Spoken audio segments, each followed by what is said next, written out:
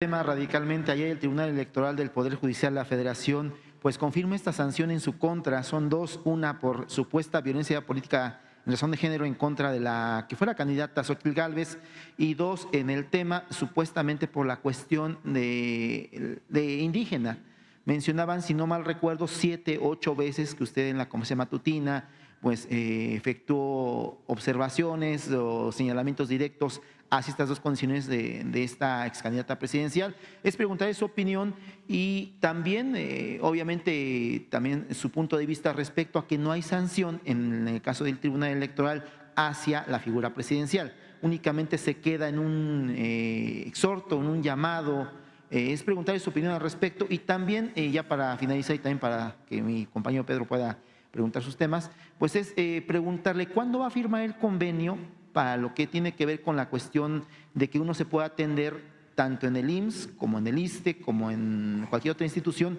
Le comentaba mi caso, yo me atiendo en el sistema de salud pública, a mí sí me interesaría, como a muchas personas, de que me sigan atendiendo en mi centro de salud, que me atiendan mis dientes cada 6 meses, que me atiendan cuando me enfermo, pero ahorita no lo puedo hacer. ¿Por qué? Porque te metes a la página del IMSS, si pones tu CURP te dice, usted está siendo atendido por otro sistema de salud, no puede accesar a su centro de salud, que lo tengo a 2 cuadras de mi casa.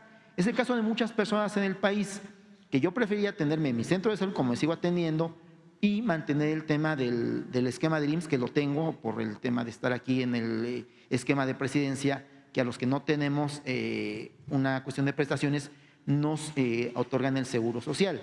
Pero sí sería preguntarle si se va a hacer el convenio, cuándo lo va a firmar. Y no es nada más mi caso, es el caso de muchas personas que estamos cerca de una clínica que no a lo mejor es nuestro IMSS, es el ISSSTE o es salud, y que nos queremos seguir atendiendo ahí nuestras enfermedades, no viajar en mi caso de San Pedro a Tocpan a lo que es Cuapa, hora y media, perder hora y media de trayecto o hora y media de regreso, más la atención médica. Es preguntarle justamente eso y también lo del Tribunal Electoral, por favor. Muchas gracias, presidente. Sí, mire, lo del Tribunal Electoral, que hay varias instancias, esto entiendo todavía se va a una última instancia. Hasta ahora lo que han resuelto no tiene ningún fundamento. No es que no puedan castigarme por ser un asunto administrativo, es que sencillamente, claramente, están mintiendo, están falseando la realidad, no tienen prueba. Seguramente estos magistrados son del bloque conservador, porque así era antes. Todos estos organismos estaban manejados por conservadores, por reaccionarios, por gente que llegaba ahí recomendada por los que se sentían dueños de México. Hay excepciones, pero por lo general están cundidas las instituciones de gente que tiene un pensamiento conservador y servil, porque no hay pruebas de nada. Bueno, tan es así que a ustedes les consta y le consta a todos los que ven la mañanera. ¿Qué campaña hice yo a favor de Claudia Sheinbaum, candidata de Morena? ¿Qué hice para ofender a la candidata Xochitl Gálvez? En una ocasión hasta tergiversaron lo que aquí planteé, hasta castigaron a un funcionario del Consejo del INE porque se atrevieron a manipular lo que expresé sobre la señora Xochitl. Y por lo general nunca la mencioné. Hagan un estudio de todas las mañaneras. ¿Cuántas veces hablé de ella?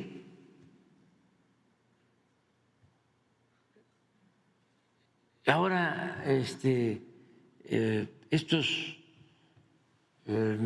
magistrados mentirosos, corruptos, sostienen que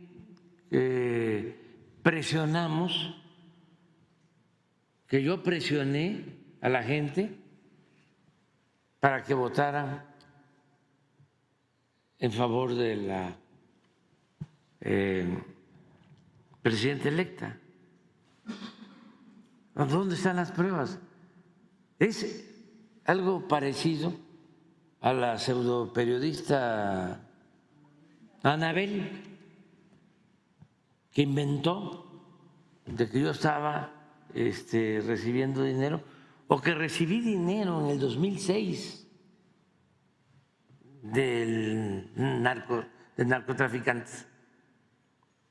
Esto aparejado a una campaña difundida en Estados Unidos desde enero de este año, en donde participaron estos periodistas famosos, el Tim Golden,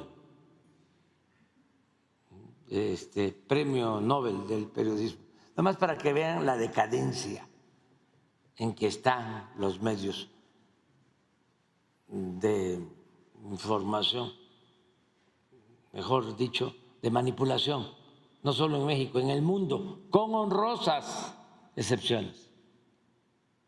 Pero por lo general los más famosos son los más calumniadores, los más deshonestos, y hasta los premian. Este señor hace un reportaje y viene, difama por consigna, utiliza información de la DEA falsa y se va. Y le estoy pidiendo, porque tengo derecho a hacerlo, además no solo es Andrés Manuel López Obrador, es el presidente de México, es la investidura presidencial y tienen que respetar. Y si no tienen pruebas, ¿cómo calumnian? La política, el periodismo tienen que ver con la ética. La política al menos es un imperativo ético. Entonces le estoy pidiendo y no me ha contestado. 2 veces el Pulitzer le otorgaron una condecoración, un premio al mejor periodista de Estados Unidos. Y si es el mejor periodista de Estados Unidos, se lee de que es el mejor periodista del mundo, que es como el premio Nobel de literatura, pero acá es premio Nobel del periodismo. ¿Por qué no pones las preguntas? Porque a lo mejor se anima y contesta. ¿Dónde estabas? Las preguntas a Tim Golden, cuando te pidieron que hicieras el reportaje en contra mía. ¿Cuánto tiempo te llevó escribirlo? ¿Cuánto te pagan?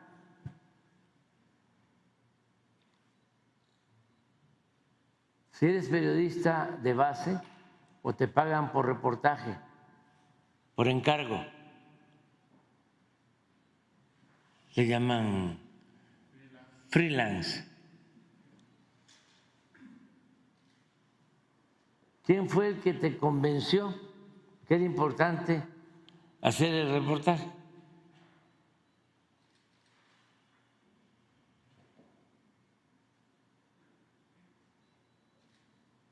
¿De dónde obtuviste la información? ¿Hablaste con agentes de la DEA? ¿De qué nivel?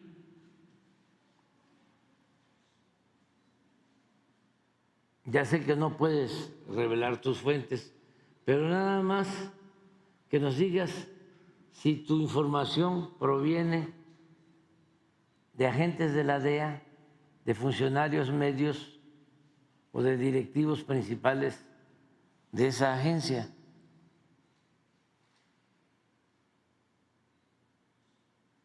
Aparte de los agentes de la DEA o directivos de la DEA, ¿tuviste alguna entrevista con funcionarios del Departamento de Justicia de Estados Unidos o del Departamento de Estado?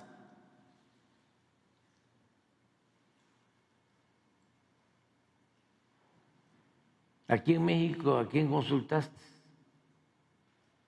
¿Tienes pruebas de que el presidente de México está vinculado al narcotráfico?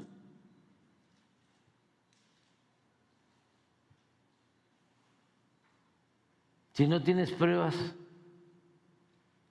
¿podrías ofrecer una disculpa pública?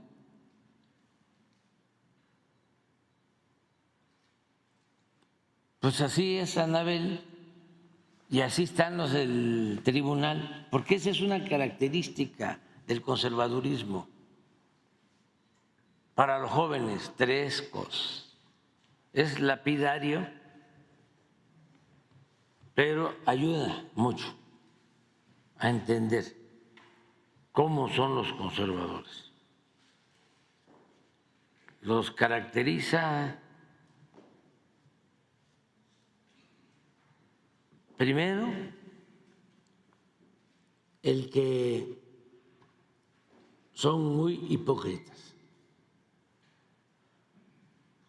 Esa es una característica. Su doctrina es la hipocresía. Su verdadera doctrina de un conservador. Lo segundo es que son muy corruptos. El dinero es su Dios. Como le dijo Hidalgo a quienes lo estaban juzgando, a los oligarcas, el dinero es su único Dios verdadero. Y tercero, son muy autoritarios, fachos, son partidarios de la mano dura. Lo quieren resolver todo por la fuerza.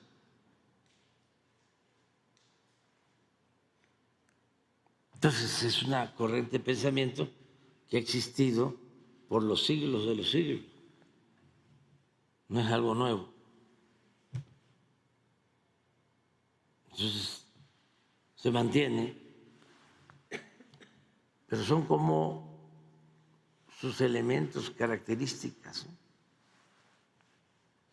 más importantes para identificarlos. Hipócritas, corruptos y autoritarios. Esto es, desde luego, sin matices.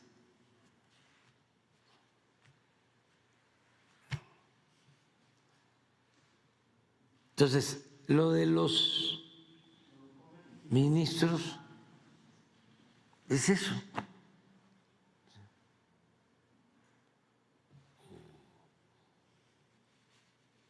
Y ojalá y todo esto vaya cambiando, ¿no? Es que dominaron por mucho tiempo.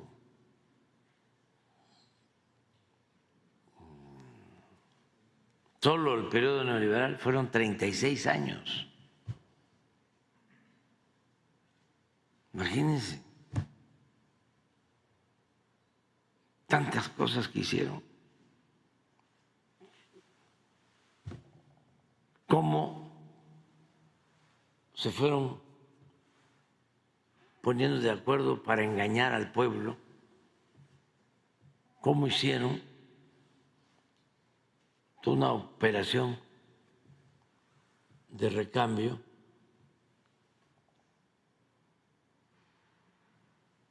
de manipulación para hacer creer de que eran distintos un partido y otro, para no mencionarlos. Cuando Salinas terminó uniéndolos,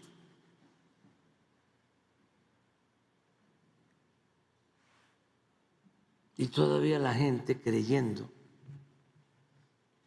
de que eran distintos y se peleaban por una presidencia municipal, hasta por una gobernatura.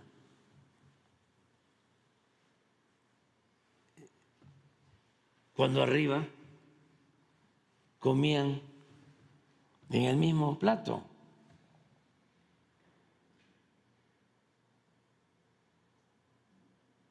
Y cómo empezaron a pagarse favores. A ver, tú eres salinista,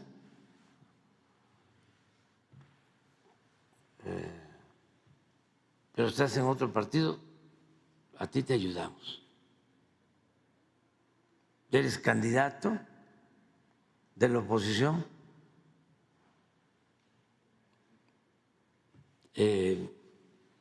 pero estás con nosotros, te vamos a dejar pasar. No te vamos a regalar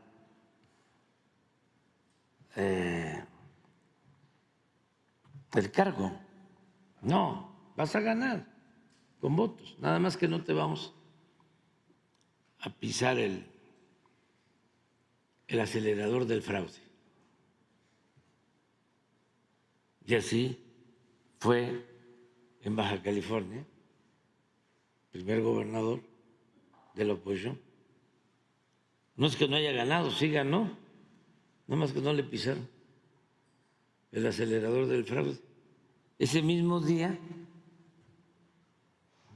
hubo una elección para gobernador en Michoacán que ganó Cristóbal Arias, nada más que no era salinista. En ese tiempo, el movimiento que impulsa a Cristóbal Arias, y le metieron todo el acelerador del fraude. Y no solo eso, reprimieron, asesinaron a los opositores de Michoacán. O sea, acá te reconozco, porque tú te portas bien, de acá te aprieto, porque tú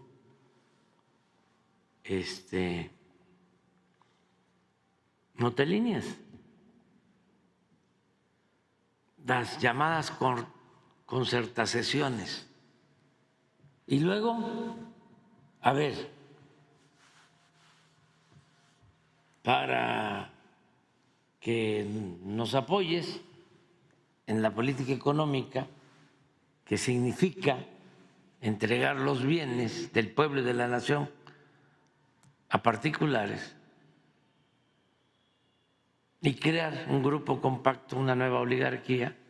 Como tú vas a votar conmigo, me vas a ayudar a todos los cambios, a la privatización de la banca, de las empresas, de las minas, de los ferrocarriles, de los puertos, de los aeropuertos, de todo, pues ¿cómo te compenso? La mayoría de ustedes, ¿sí?, tienen mucha influencia en las escuelas de derecho, son abogados. Pues ahí está la Procuraduría, que no le dieron al PAN la Procuraduría en la época de Zedillo.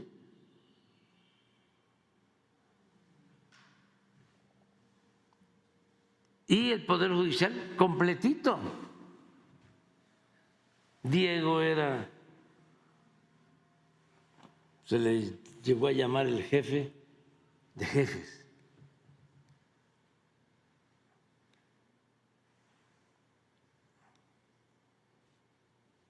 Y otras cosas que no digo porque se enoja mucho.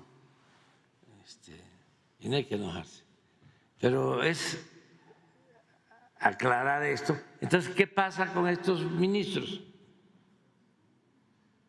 magistrados? Pues vienen de eso, la mayoría. Por eso hace falta la reforma al Poder Judicial, una sacudida, una zarandeada, una zamarreada. ¿Y quién lo puede hacer? El pueblo. El mejor método es el método democrático, que el pueblo elija a los jueces para que sea en serio, que elija a los magistrados, que elija a los ministros.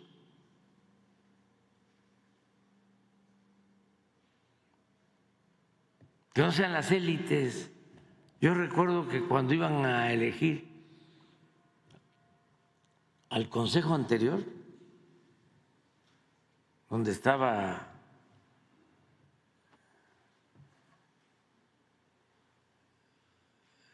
Lorenzo Córdoba, estaba yo de opositor, de candidato o precandidato. Ya ven que fui algún tiempo, ¿no? 3 veces candidato. Estaba yo en un pueblo, me acuerdo, en Tantoyuca, Veracruz, y grababa porque ya empezaban a ver las redes, ya se empezaba. Como nos tenían bloqueado, y iban a nombrar a ese consejo. Creo que eran 7 entonces. ¿Siguen siendo 7? 9. Sí, no sé si 7 o 9, pero el caso es que les dije antes de que los nombraran, les aseguro, si eran 7, que van a ser 3 para un partido, 3 para otro partido y 1 para un partido menor. No, pero eso es ahora. ¿Siempre? Sí, en ese entonces. Hasta grabé, me acuerdo, en la azotea del hotel donde yo estaba, en Tantoyuca. O sea, yo los destapé porque era predecible. Hacían sus enjuagues arriba, a ti te tocan tanto, a ti te tocan tanto. ¿Cómo va a ser eso? Mejor que la elección del pueblo, que los elige el pueblo. Sí. ¿Por qué no pones la carta esa?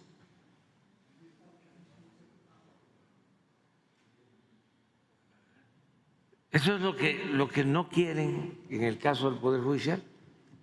O sea, ese modo operandi, porque es, con todo respeto, mafioso.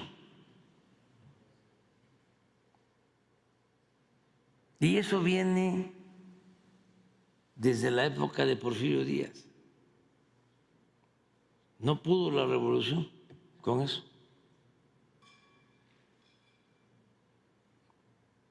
Cuando Porfirio Díaz, les cuento del Poder Judicial una historia. Se lleva a cabo la huelga de Cananea, que es histórica, y reprimen a los obreros, matan a los trabajadores mineros y detienen a los dirigentes, llamados por los porfiristas los cabecillas. Y los dos hombres fuertes de Sonora, Torres y el otro, no recuerdo, y Zaval, creo, le ponen un telegrama a Ramón Corral, que era el ministro del Interior de Porfirio Díaz, y le dice, como escarmiento a estos cabecillas, los vamos a fusilar.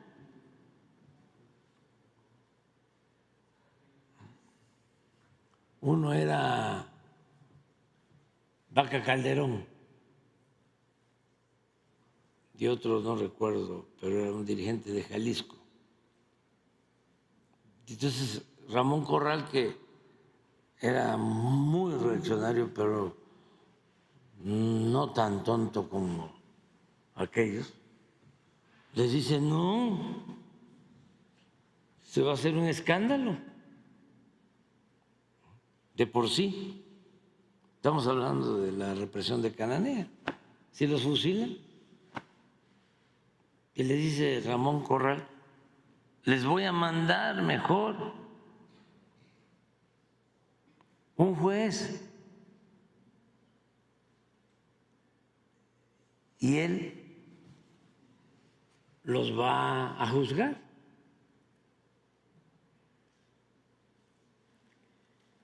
Esteban Vaca Calderón era el dirigente y el otro, ahora voy a recordarlo, Diegues. Y mandan al juez. ¿Quién era el juez? Señor Sodi. Por ahí está. Sodi. Mandaron. Claro. La condena, ¿no? Llevaba consigna a San Juan de Ulúa, a Vaca Calderón y a Diegues. Entonces estuvieron ahí en San Juan de Ulúa desde 1906 hasta que triunfa la Revolución Maderista, 1911. Salieron vivos de milagro de la cárcel. Pues, ¿qué creen que pasó con ese juez? Después, al poco tiempo, llegó a ser presidente de la Corte.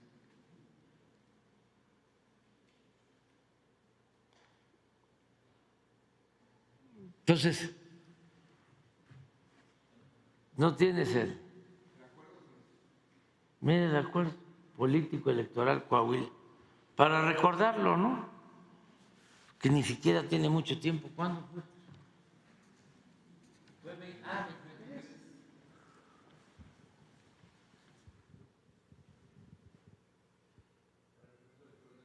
El Partido Revolucionario Institucional conducirá y siglará la gubernatura del Estado de México y Coahuila en el año 2023.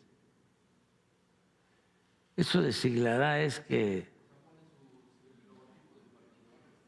Entonces el PRI va a registrar al candidato a gobernador del Estado de México y de Coahuila. Mientras que el partido, o sea que Estado de México y Coahuila quedan para el PRI. Así es. Para decirlo claro. La presidencia y la jefatura de gobierno. Mientras que el Partido Acción Nacional signará o sea, le tocará la presidencia y la jefatura de gobierno de la Ciudad de México. Lo que sucedió, pues, ¿o no fue así? Antes de que existieran los candidatos, me imagino, ¿no? Ya estaba. Imagínense los militantes de estos partidos que participan, que algunos hasta los llevan a votar o se manifiestan cuando ya está cocinado todo arriba, así como quieren que se sigan eligiendo a los jueces y a los magistrados y a los ministros, que en la cúpula, ¿no? Porque el pueblo no sabe, de leyes. Se necesita gente experta, con experiencia, y vuelven con lo de la experiencia. No todos, pero hay abogados que ya con 10 años de experiencia son como gánsteres. Un joven que sale de la escuela de Derecho es un ángel.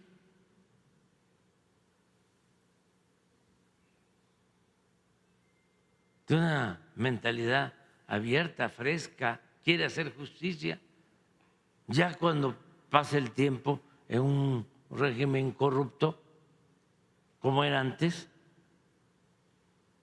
ya aprendieron, pero a transar. Entonces, eso es lo que está a cambio. Distritos electorales,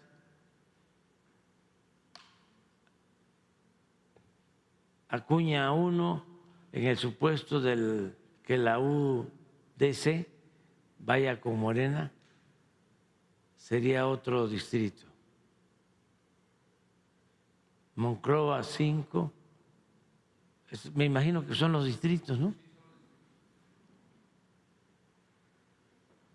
Torreón, Frontera, las secretarías, Infraestructura y Obras Públicas. Esto es lo que le va a dar, lo que iba a darle el PRI al PAN. Esta era la moneda de cambio. Eran esos distritos y las secretarías de Infraestructura y Obras Públicas, de Fiscalización, de Medio Ambiente, Turismo, o Economía o Cultura. Faltó la administración de los baños del mercado de Saltillo.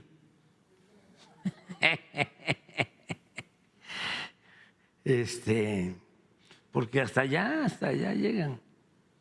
¿Sí?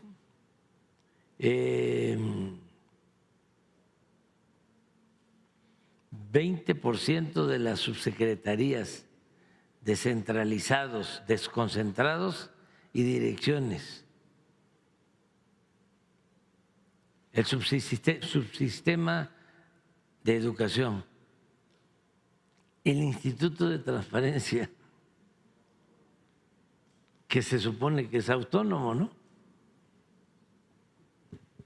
Como el de aquí, que es autónomo, el federal. Descentralización de infraestructura educativa o agua o junta de caminos. 20% de los registros civil y oficinas de recaudación. 20% de direcciones de los planteles educativos y universidades también, que es autónoma la universidad, ¿no?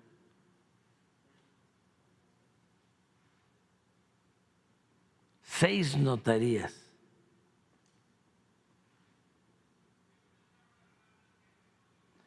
Y ratificación de Bernardo debe ser como magistrado. Ah, todavía falta. Pues es que en el 24 les toca. Alcaldía, sí, Monclova, General Cepeda, Candela y Juárez. Esto le tocaría al PAN, ¿no? Ah, sí. Más Musquis, Frontera, Rosita, Basolo, Escobedo, Madero, Acuña y Castaños, más La Madrid y Torreón. Y falta la otra parte, la coordinación. Ah, todos los candidatos se podrán modificar siempre y cuando existe el acuerdo de los partidos políticos. En cada planilla que no encabece el Partido de Acción Nacional llevará por lo menos un regidor y dirección del ayuntamiento. En los distritos federales, este es para diputado federal, Torreón y Monclova, el 5 de Torreón y el 3 de Monclova. Alejandro Moreno Cárdenas, Marco Antonio Cortés Mendoza, Armando Tejeda Cid, Rubén Ignacio Moreira. Rubén es el que está el Rubén, sí, ahora. El que está ahora ahí hablando contra el neoliberalismo. Ah, el que ya, pero ya se arrepintió, porque ya quitaron el neoliberalismo como política económica. Y Manolo Jiménez Salinas, este es el gobernador.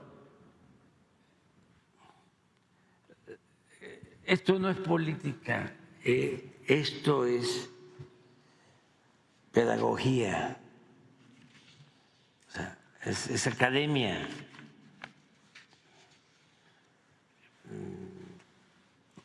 No hay que pelearse con nadie, no hay que tener enemigos, adversarios, pero no enemigos. O sea, es nada más ir aclarando por los jóvenes, para que se acabe con la simulación. Y decía yo que todo esto viene del porfiriato, que era el gran maestro, Porfirio Díaz, de la simulación. Nunca dejó de informar. Bueno, él estuvo 30 años y 4 su compadre, pero en el tiempo que él fue presidente, los informes eran semestrales. Nunca dejó de informar. Nunca se dejaron de hacer elecciones. Se respetaban las formas, pero se violaba el fondo, la Constitución. Se respetaba en la forma y se violaba en el fondo. Donde aparecen cosas sobre lo que realmente era, porque era un gran simulador, y él fue el creador de este régimen que está finalizando, ¿no? Que está ya en franca descomposición y decadencia. Todo eso que estamos viendo, pues es parte de eso. Pero él fue el creador y duró mucho el régimen, donde se le descubre,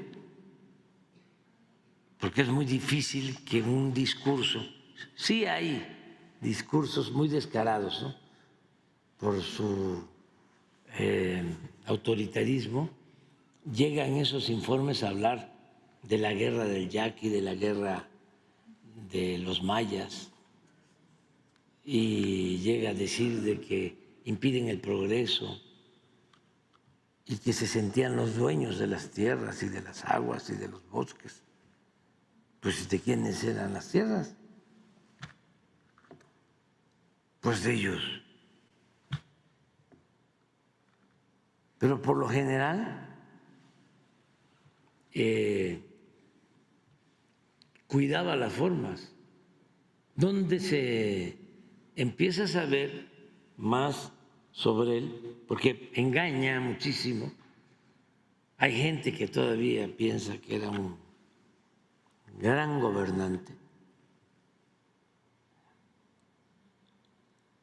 insensatos, diría el maestro Silva Gerso, que piensan que estábamos mejores en la época del Porfiriato que después de la Revolución.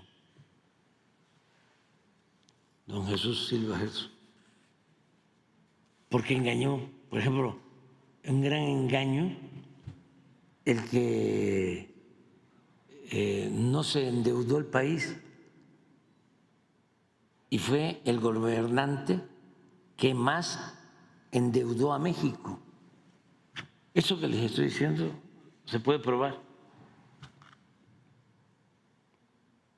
Y fue el primero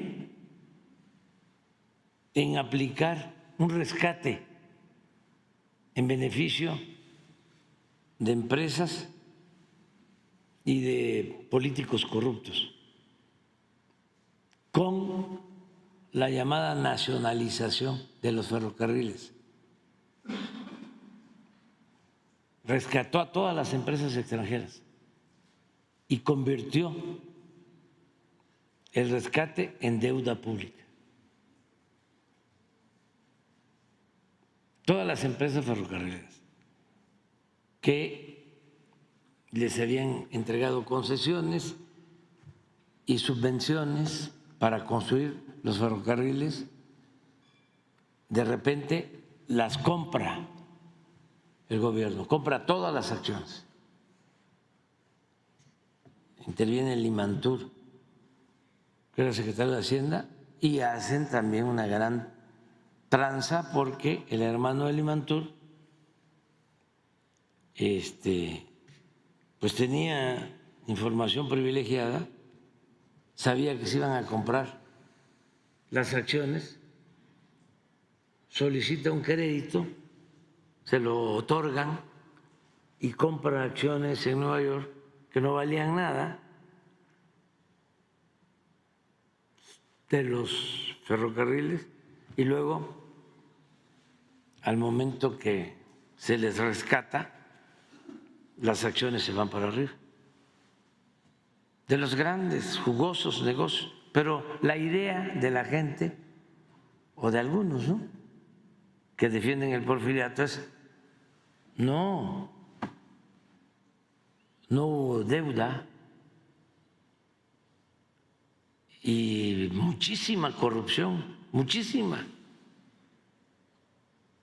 Estaban los funcionarios en todos los consejos de administración de las empresas petroleras y de las compañías mineras. Pero ¿dónde es que se conoce más? En su archivo, que la familia le entrega a la UNAM y luego, como no lo trabajan, no lo ordenan, llega a la Universidad Iberoamericana y empiezan a ordenarlo.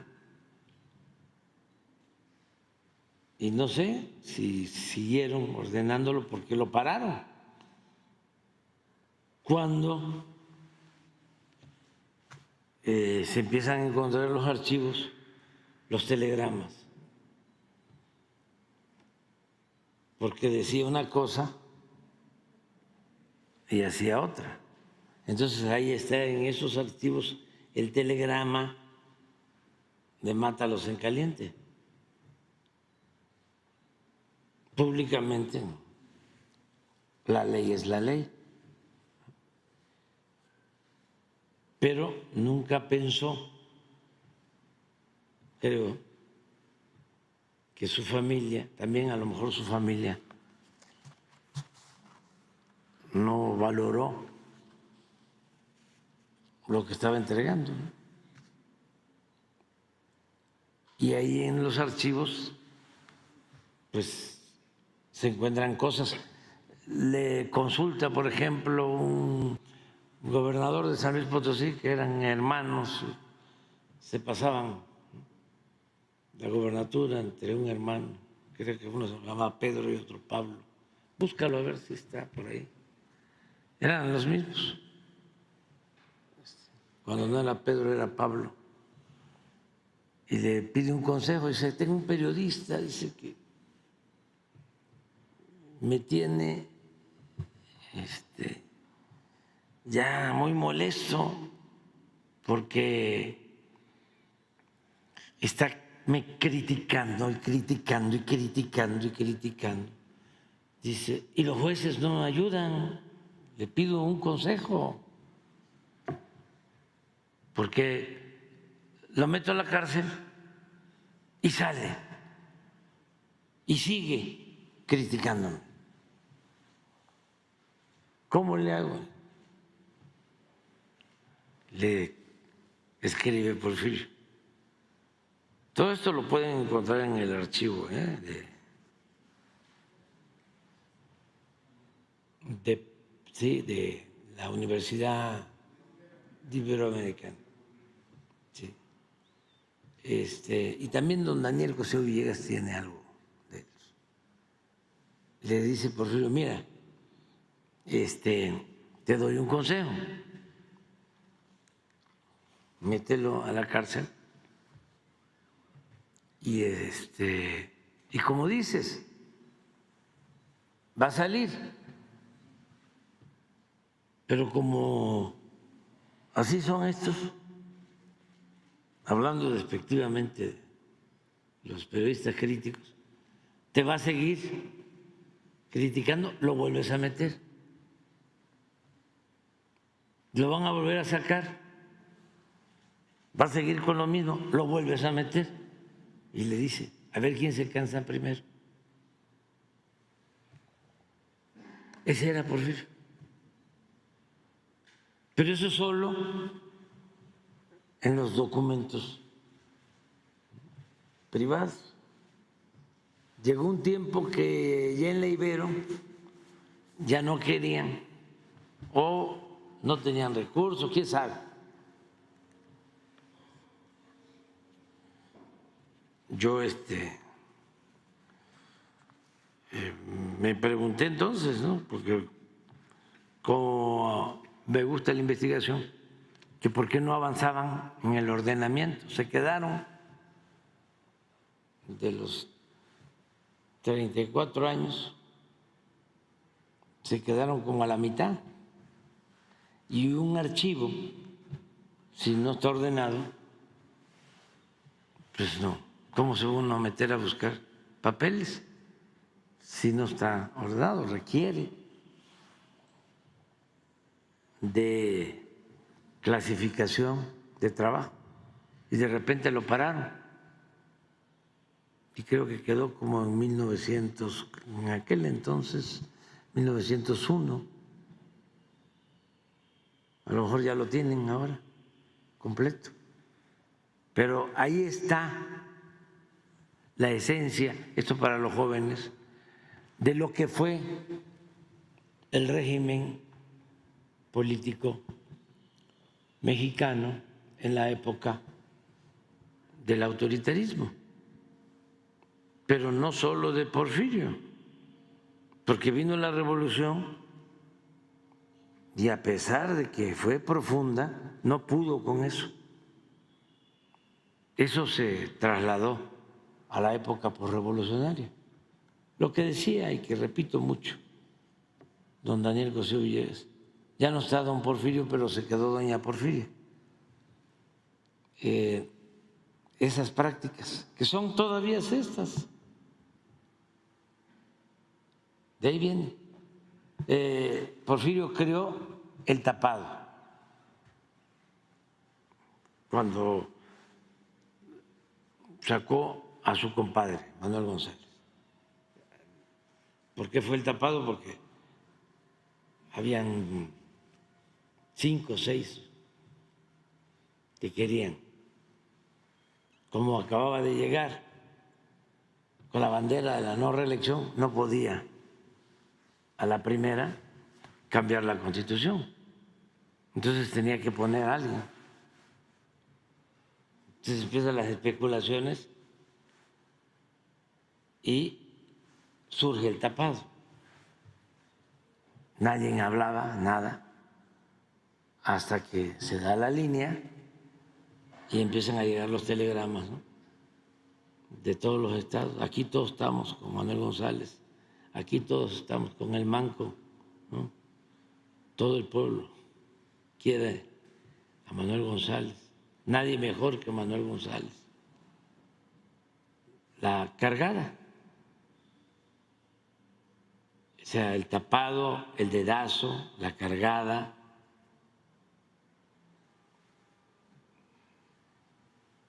El besamano, que venían aquí al Palacio, los sectores, a pedirle de cada 4 años que siguiera adelante, ¿no?, que se siguiera sacrificando por el bien del país, porque si no, se iba a perder el progreso y la paz. Y ahí se sacrificaba cada 4 años. Y así lo decía. Me lo piden y voy a seguir adelante. Pero todo eso, o sea, está relacionado con esas prácticas. Entonces, ¿por qué no elige el pueblo? ¿Por qué? ¿Que no estamos en la era de las comunicaciones? ¿Que no están las redes sociales? ¿Que no hay televisión pública, radios públicas? ¿Que no tiene medio de comunicación el Poder Judicial para que hablen todos los candidatos y se expresen y se sepa quiénes son y qué han hecho, y que ya después el pueblo decida libremente?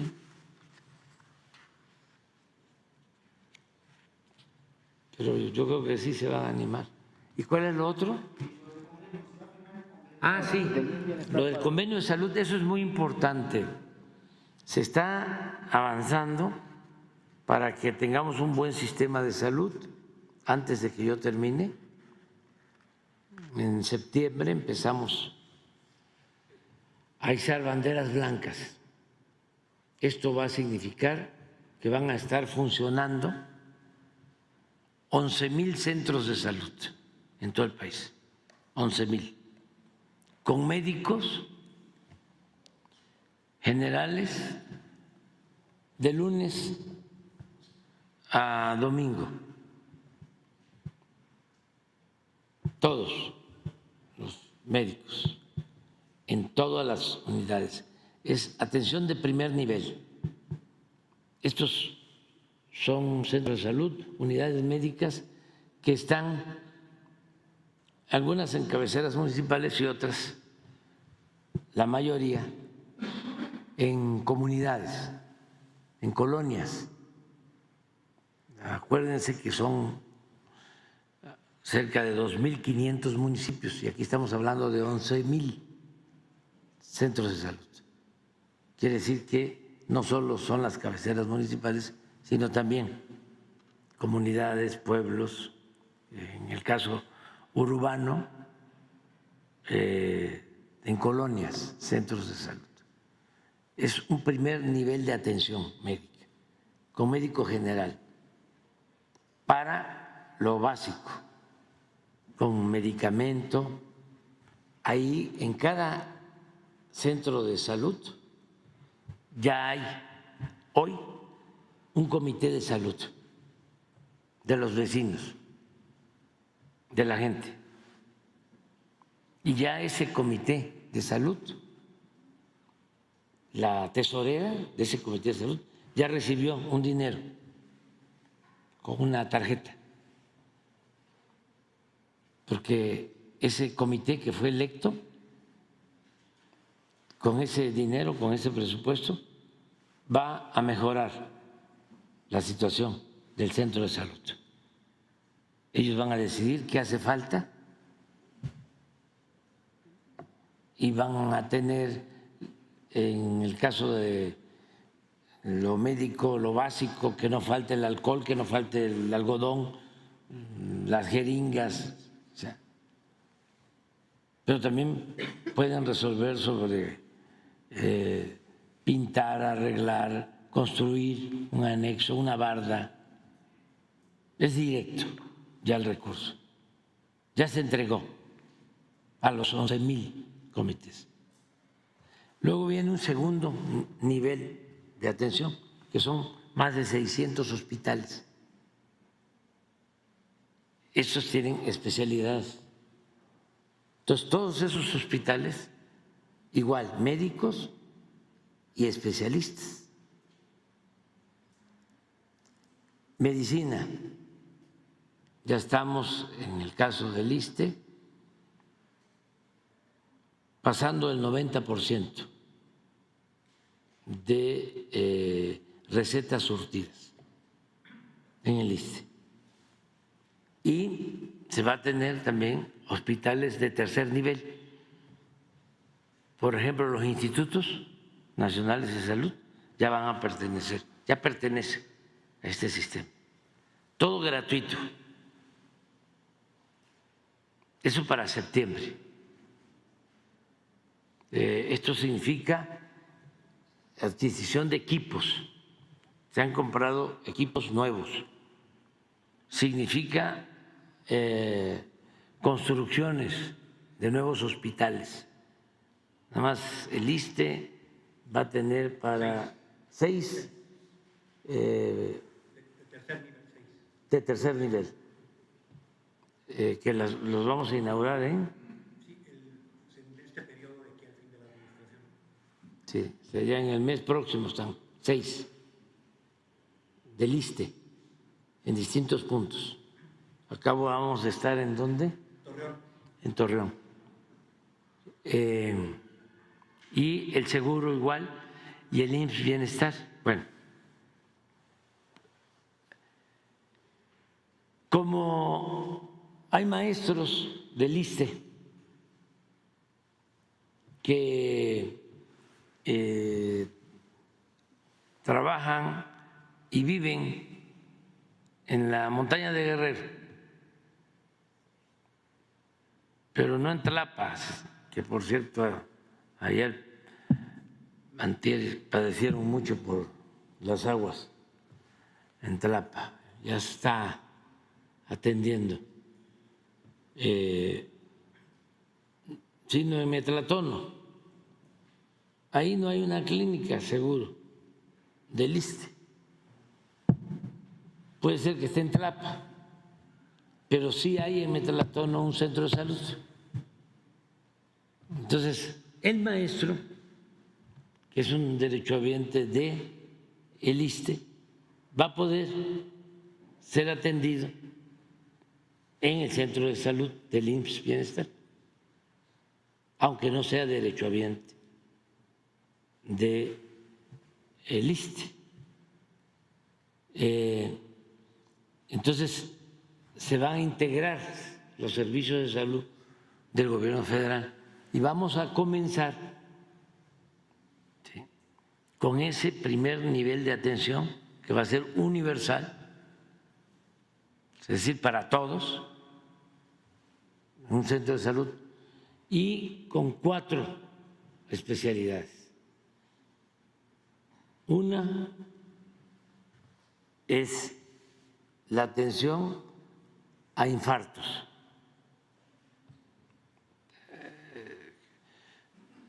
Un infartado puede ser atendido en un hospital del ISSSTE, en un hospital del Seguro, un hospital del IMSS Bienestar. Esa es una, en lo específico. 2, diabetes, lo mismo, para la atención a diabéticos en todo el sistema hospitalario. 3, cáncer. Y 4, urgencias. Eso es lo que vamos a firmar. Ese es el primer paso. Pero ya con el cambio, esto lo va a decidir la presidenta electa, ya si se tiene esa estructura, si se tienen los servicios dentales en todos los hospitales, pues ya se pueden lograr acuerdos para que se integren todos los servicios y sean universales.